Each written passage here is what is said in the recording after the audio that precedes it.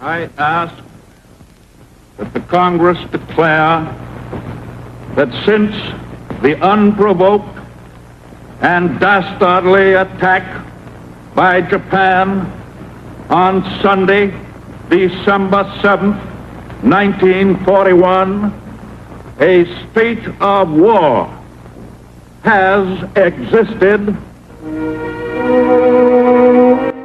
President Roosevelt speaks, and the Armed Forces Act.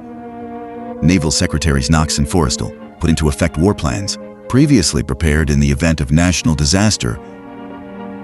One of the Navy's primary duties is the enormously complex task of funneling the means of survival to our forces and allies overseas. Shipping must be found and assembled, convoys organized, and cargoes assigned. But first, orders, directives, requisitions, and more orders. Orders to shipyards, orders to bases, orders to railroads, and orders to America, that her factories and workers might begin producing in quantities the boldest economist never dreamed of, that the Axis leaders never dreamed of either. Filling the orders is only the beginning.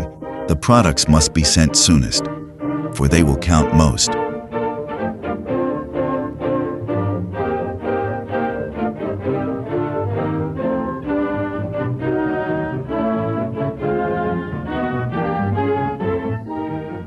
Oil. Oil, the black blood of the machine age, is democracy's greatest material asset. Without it, she is defenseless. Without it, defeat is certain.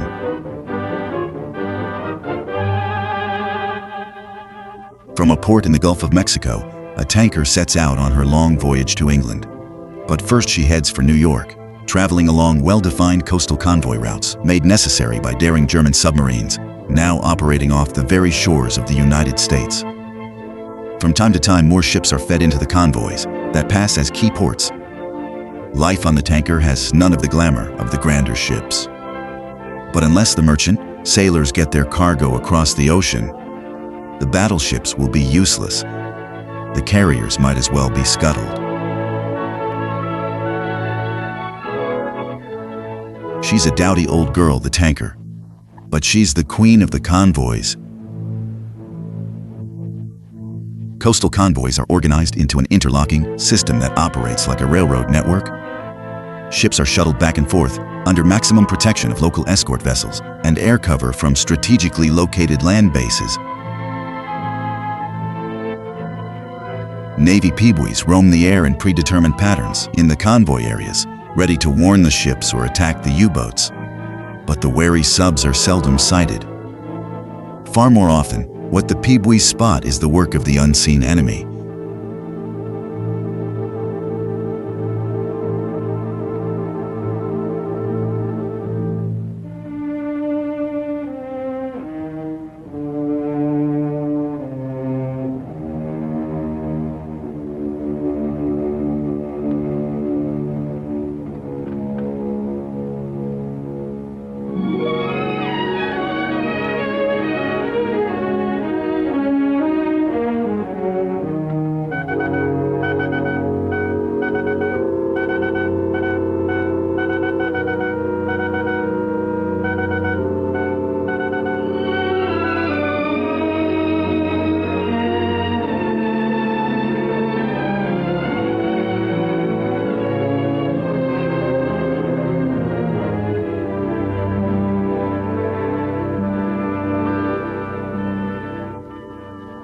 Sometimes the enemy leaves a trace, or what looks like a trace in oil slick.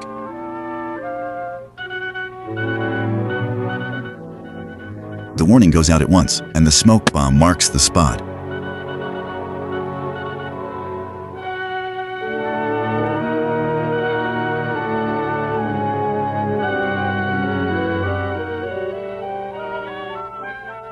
An escort picks up the PB.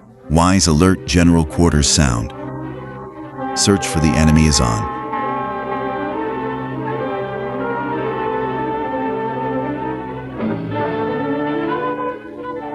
The sonar man seeks the underwater echo that will betray the sub's position.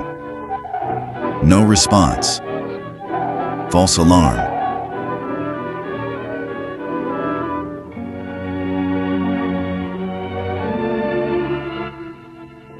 All along the coast, cities keep their peacetime lights glowing until they learn how this benefits the enemy. The lights are beacons for the lurking U-boats. Offshore enemy eyes are patiently peeled, waiting for a silhouette, a target.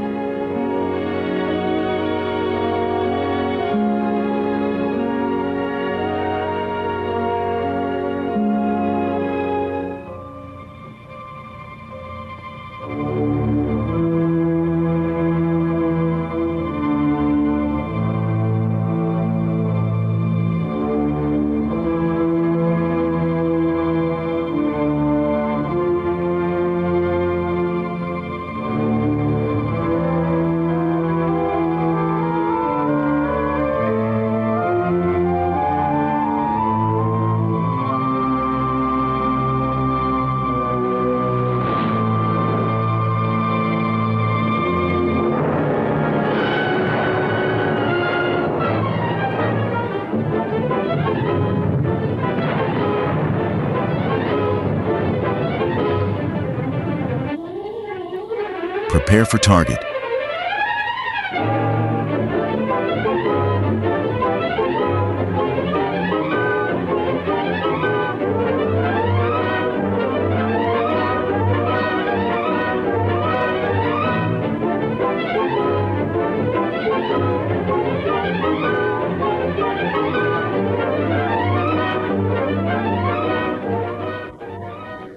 Deck guns are an order so bold have the Germans become. They dare to fight openly on the surface, a few miles off Main Street, USA.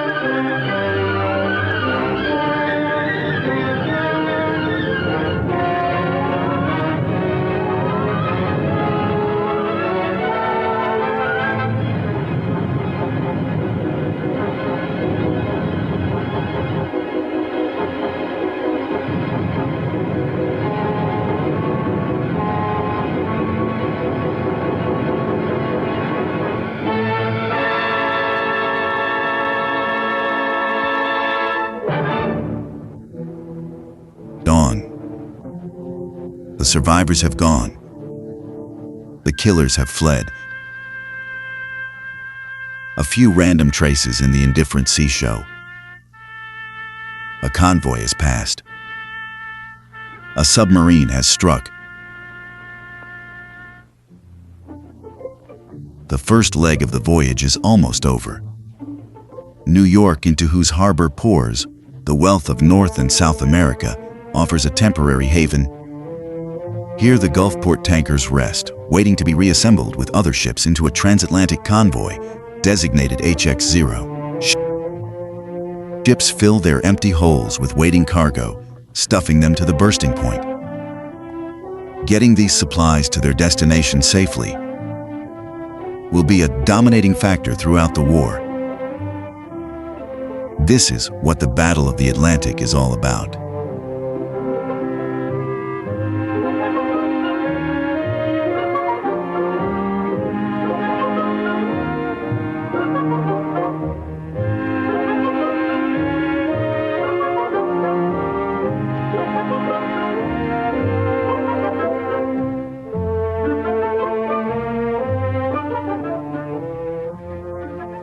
The operation of a convoy requires organization, seamanship, and a knowledge of the enemy. Merchant captains and escort commanders get last-minute instructions from the convoy, commodore, and intelligence officers. Some of these men will not live through the ordeal. Ahead, for all of them, it's only a step or two from the conference table into battle. A battle that will begin as soon as their ships put to sea.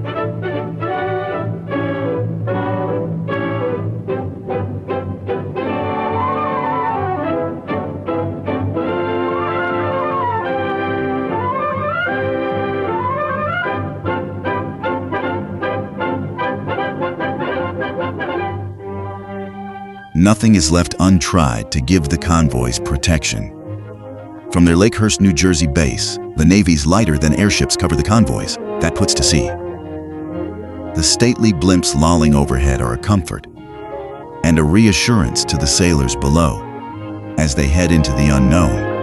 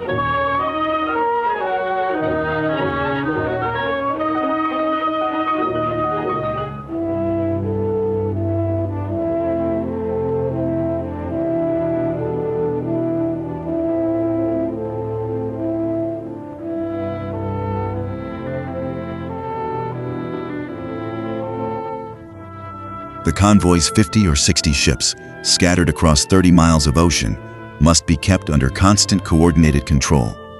The course zigzags to baffle submarines, and precise navigation keeps all ships moving in unison, according to a pre-arranged timetable and pattern.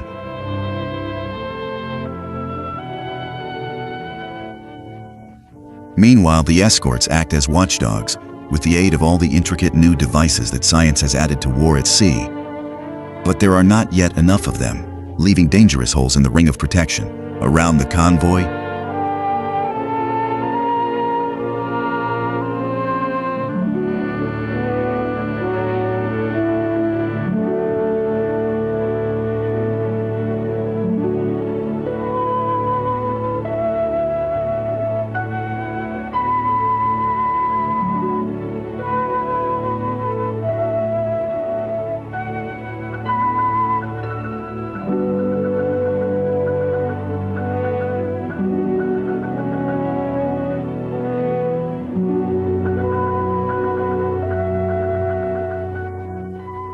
each captain is responsible for maintaining his ship's proper speed and position.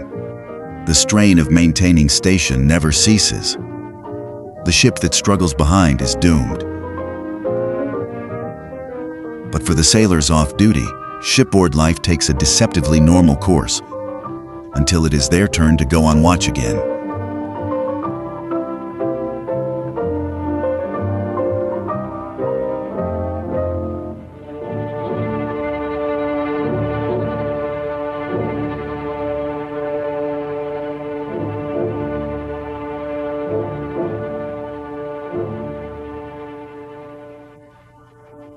Convoy HX-0 is still a long way from England.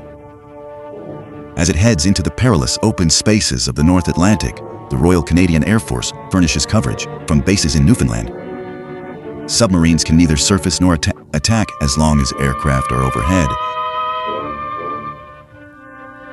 But there are still vast stretches of the ocean over which no air umbrella can be spread. In this fatal gap, the convoys are almost helpless. The U-boat almost invincible. Fog, the ancient curse of Marinus, intensifies all hazards of a hostile sea. The convoy must slow down, a dangerous, desperate measure. Reduced speed favors the enemy, but collision would be disastrous.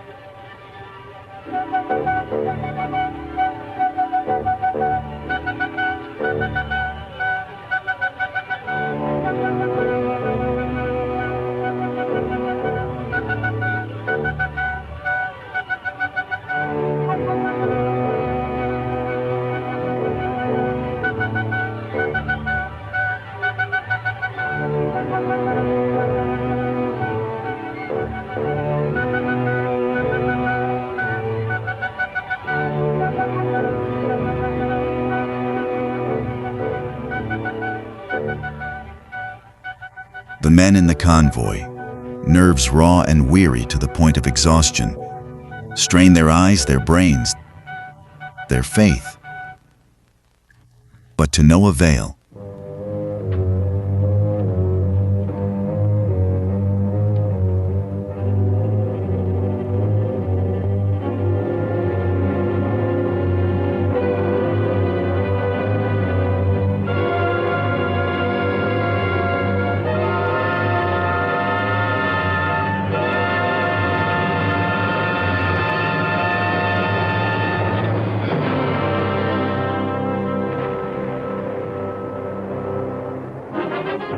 An escort ship signals the convoy to proceed, while she tries to locate the enemy and counterattack.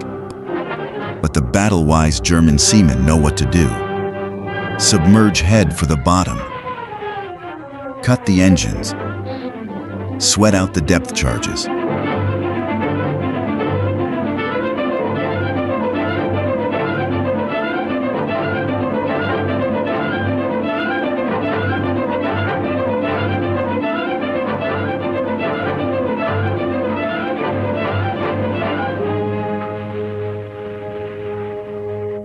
The tactics work, the escort loses contact and gives up. The German is safe. Safe to kill again. The submarine's eyes and ears have no difficulty in locating a hapless straggler that lost its convoy station in the fog. Surface. Why waste the torpedo?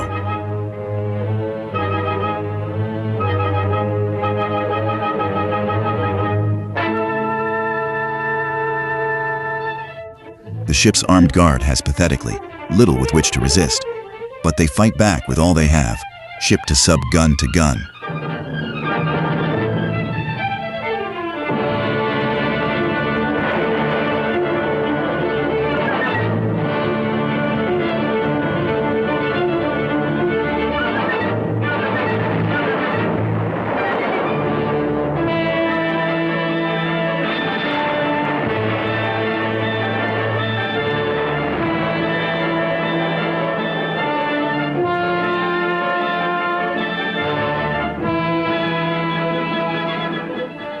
Full speed ahead.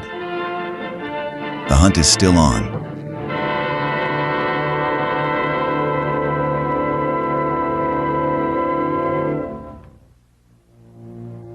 The wounded convoy shuffles along its agonizing course. Tired lookouts and signalmen help pull the convoy together. And as the ships head into more northerly latitudes, the weather will become worse, rendering detection gear less effective as the sea takes over.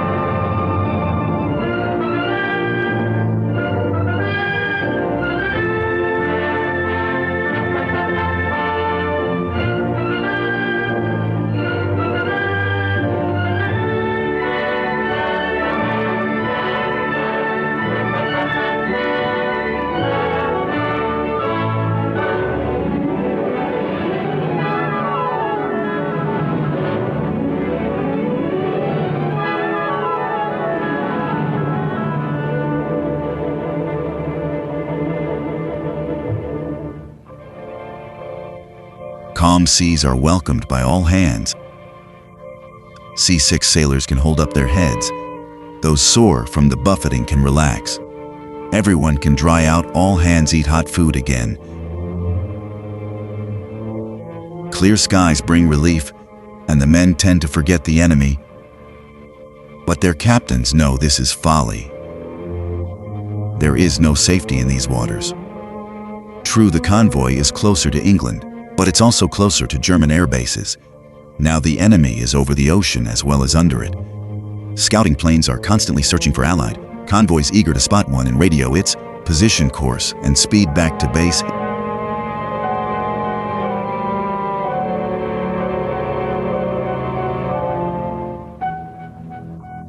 Instantaneously, efficiently, the message is decoded at U-boat headquarters on the French coast, where the convoy's position is plotted. Admiral Dönitz, master of the Nazi submarines, devises plans for a major attack by U-boats in the area. He reckons their positions in relation to the convoy and organizes them into a wolf pack. In a matter of minutes, the submarines have top-secret orders to rendezvous and proceed to a designated spot in the path of the convoy.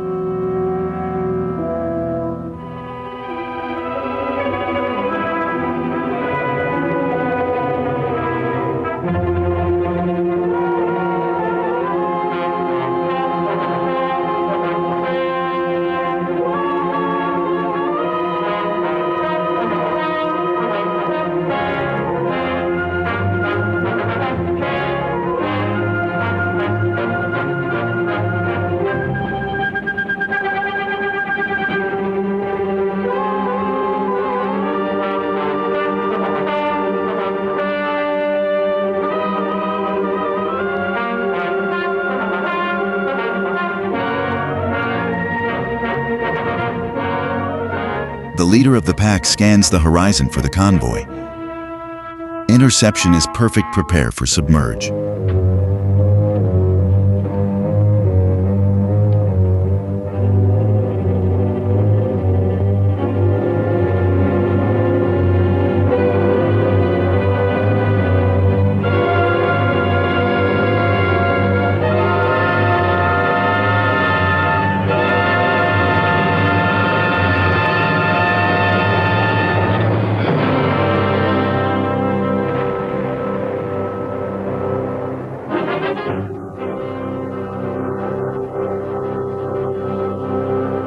The wolf pack is deployed around the convoy, giving each skipper his own share of the spoils.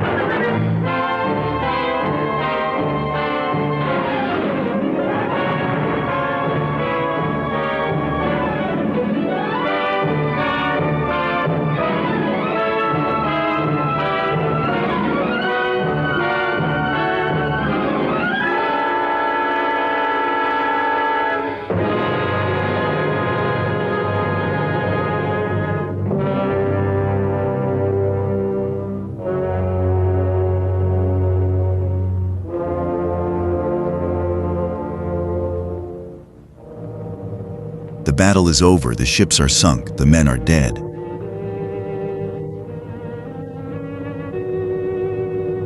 Surviving ships have not much further to go.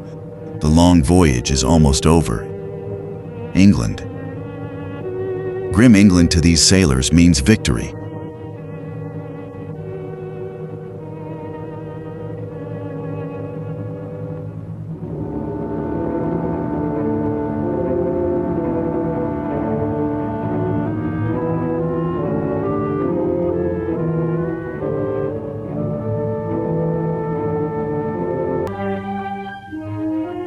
Victory in the Battle of the Atlantic.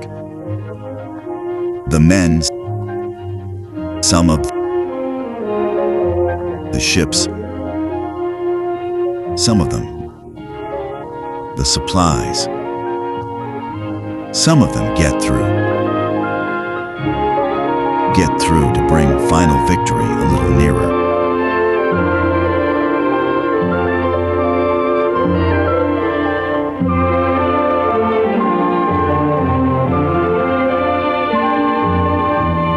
But who can measure the cost?